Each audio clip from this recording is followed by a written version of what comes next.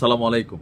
আলহামদুলিল্লাহ, একটা ভালো সংবাদ দিতে আসছি। চারদিকে আসলে এত খারাপ সংবাদ, আর ভারত, বাংলাদেশ, পাকিস্তান এই দেশগুলোতে রাজনীতি এতটা নোংরা যে আসলে আমরা ক্ষমতার স্বার্থে যে কোনো সময় যে কোনো কিছু ঘেটু আমরা করতেই পারি। তো গেল কয়েকদিন না, মাস দেড়েক যাবৎ আপনার পাকিস্তানের সাবেক প্রধানমন্ত্রী ইমরান খান, আমি খুবই পছন্দ করি, বরাবরই বলি পাকিস্তানকে আমি খুব বেশি পছন্দ করি না, তবে পাকিস্তানের শিল্পী আতিফ আসলামকে পছন্দ করি। পাকিস্তানের কয়েকজন ক্রিকেটার আছে যাদের ছোটবেলায় খেলা দেখতাম, এর মধ্যে ইমরান খান একজন। আর রাজনীতিবিদদের মধ্যে ওয়ান অ্যান্ড অনলি ইমরান খানের পছন্দ হয়, কারণ বাংলাদেশ সম্পর্কে তার শ্রদ্ধামূলক কিছু বক্তব্য আমার শুনেছি, সেখান থেকে তার প্রতি একটা পজিটিভ ধারণা কাজ করেছে।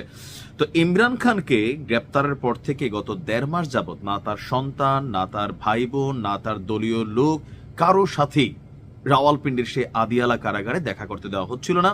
আর যার কারণে তার ছেলে বা তার পরিবার দাবি করেছে, তার দল দাবি করেছে তিনি মারা গেছেন।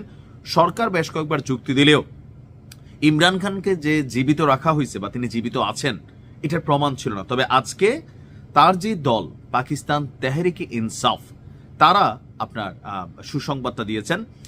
দলীয় সিনেটর খুররম জিশান তিনি বলছেন যে সাবেক প্রধানমন্ত্রী ইমরান খান জীবিত আছেন এবং বর্তমানে সেই আদিয়ালা কারাগারে তিনি আছেন।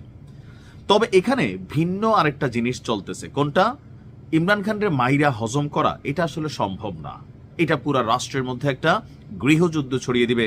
যারা ক্ষমতাসীন শেহবাজ সরকার আছেন তারা কি বোঝেন না? বোঝেন। এমনি এমনি যদি তিনি মারা যান কারাগারে, এটার দায়ভারও তাকেই নিতে হবে, কারণ পলিটিক্স মানে বিষয়টা এমন। তো যাই হোক, এখন কারাগারে তাকে কি করা হচ্ছে, কি অবস্থায় পাওয়া যাচ্ছে, কি অবস্থায় পাওয়া গেল এমন অবস্থায় যে কারাগারের ভেতরে একটা সরকারের টিম, তারা দিনরাত তাকে মানসিকভাবে লোভ দেখিয়ে, ভয় দেখিয়ে, বিভিন্নভাবে ম্যানোপ্যালেট করার একটা চেষ্টা করছেন। কোনটা? যে তুমি দেশ ছেড়ে চলে যাও। দেশ ছেড়ে চলে গেলে কি হবে? অনলাইনে বসে বসে রাজনীতি করো। অনলাইন থেকে রাজনীতি করা আর দেশের নেতা থাকার মধ্যে কি যে আকাশ পাতাল পার্থক্য, আজকে আওয়ামী লীগকে দেখলেই নিশ্চয় এটা অনুধাবন করার বিষয়।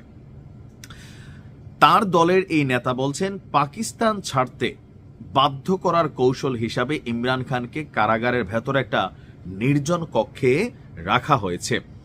ভারতীয় বার্তা সংস্থা এএনআই-কে দেওয়া সাক্ষাৎকারে তিনি বলছেন ইমরান খানের জনপ্রিয়তা সরকারের ভয় এবং আশঙ্কার মূল কারণ, আর এই কারণেই তার কোনো ছবি কিংবা ভিডিও সরকার প্রকাশ করতে দিচ্ছে না।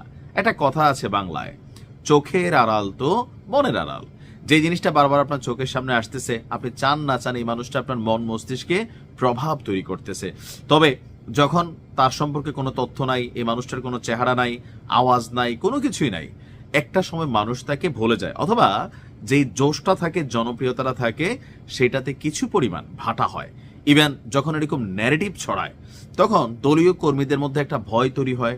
এই যে বাংলাদেশে বর্তমানে শেখ হাসিনাকে নিয়ে নানান ধরনের মন্তব্য আছে, তিনি কি বেঁচে আছেন আদৌ, নাকি তার এই ভয়েসগুলো কি ক্লোনিং এআই দ্বারা তৈরি, নাকি সত্যি সত্যি তিনিই ভয়েস দিচ্ছেন। তো এটাতে আওয়ামী লীগের নেতাকর্মীদের মধ্যে মন মস্তিষ্কে একটা প্রভাব তো পড়ে, এটা খুব সিম্পল। তো ইমরান খানের যে দল, তাদের নেতাকর্মীদেরকেও একটা ন্যারেটিভের মধ্যে ফেলানোর চেষ্টা করছে শেহবাজ সরকার। তো ফাইনালি তিনি জীবিত আছেন, আর তার দলের বক্তব্য হচ্ছে প্রায় 1 মাস ধরে তাকে একদম একা একটা কারাগারে রাখা হয়েছে, যেখানে তার পরিবার, আইনজীবী, এমনকি তার যে দলের ঊর্ধ্বতন নেতারা, এমনকি তার সন্তান, কারোর সাথেই তাকে দেখা করতে দেওয়া হচ্ছে না। আর এটি মানবাধিকার লঙ্ঘন মনে হচ্ছে, তারা তাকে কিছু করতে বাধ্য করার চেষ্টা করছে। বর্তমানে তিনি আদিয়ালা কারাগারে আটক আছেন, শারীরিকভাবে তিনি সুস্থ আছেন এবং তাকে দেশ ছেড়ে যাওয়ার জন্য সর্বোচ্চ চাপ প্রয়োগ করছে সরকার।